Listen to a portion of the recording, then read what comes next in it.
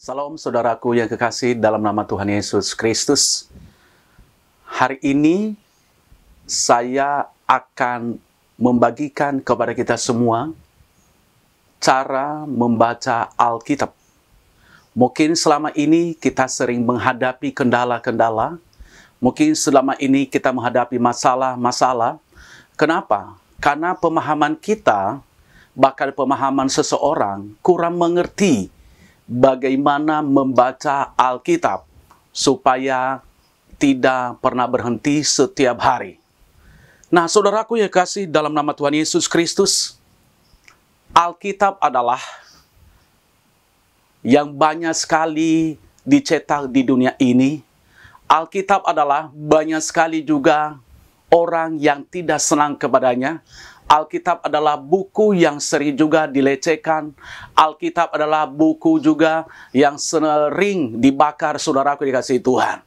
Bahkan juga Alkitab adalah kitab yang dipercaya orang Kristen, saudaraku dikasihi Tuhan. Tetapi hari ini, saudaraku dikasihi Tuhan, ada beberapa tips yang perlu kita pelajari bersama. Kenapa? Supaya kita bisa rajin setiap hari membaca Alkitab. Supaya kita mengerti, bukan hanya kita baca, tetapi kita mengerti apa isi dari kebenaran firman Allah itu. Nah, cara yang pertama, saudaraku yang dikasihi Tuhan, adalah menyediakan waktu untuk tetap membaca Alkitab setiap hari. Mungkin kita berkata, kenapa saya baca Alkitab setiap hari? Nah, saya akan berikan jawaban. Mengapa kita juga perlu bekerja setiap hari? Mengapa juga kita perlu makan 3 kali sehari? Mengapa juga kita minum air sebanyak mungkin paling sedikit 2 liter dalam satu hari? Mengapa juga kita pergi belanja ke mall atau ke pasar? Mengapa juga kita, saudaraku dikasihi Tuhan, kita mandi setiap hari?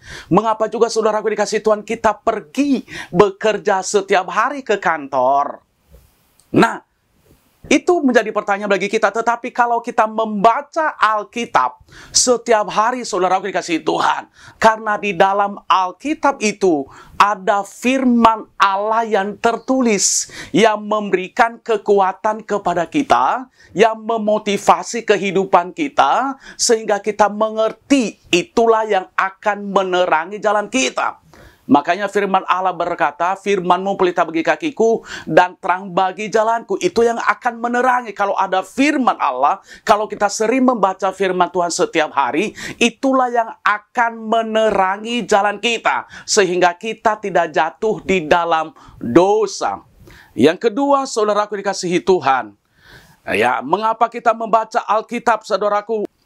Cara yang kedua adalah, seseorang harus memiliki target untuk membaca Alkitab. Mungkin selama ini kita menghadapi kesulitan untuk membaca Alkitab.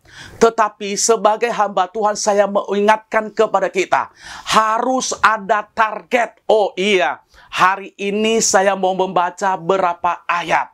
Ya, mulai dari ayat ini, mungkin juga hari ini saya baca 3 pasal Alkitab, kitab perjanjian lama, bahkan saya baca juga 3 pasal kitab perjanjian baru. Nah, di situ ada target-target, saudaraku dikasihi Tuhan.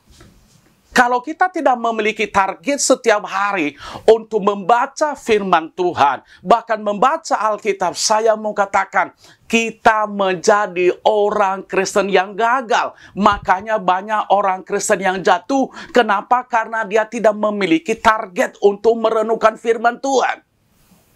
Ya, saya rindu, saudaraku, hari ini, biarlah kita tetap belajar, yaitu kita ada target untuk membaca firman Tuhan.